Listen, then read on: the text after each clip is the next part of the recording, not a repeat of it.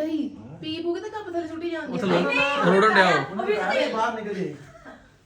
monkey ਆ ਗਿਆ room ਚ ਚਾਹ ਪੀਣ ਦਿਲ ਤਾਂ ਬਹੁਤ ਸੁਣਾਓ ਐਵੇਂ ਥੋੜੀ ਬਾਂਦਰ ਤੇ ਸਾਰੇ ਐਕਸਪੈਰੀਮੈਂਟ ਕਰਦੇ ਹਨਾ ਇਹ ਹੋਰ ਕੀ आपने हमने तो आपको जू हाउस भी दिखा दिया ਚੱਲ बूथा ना बना दो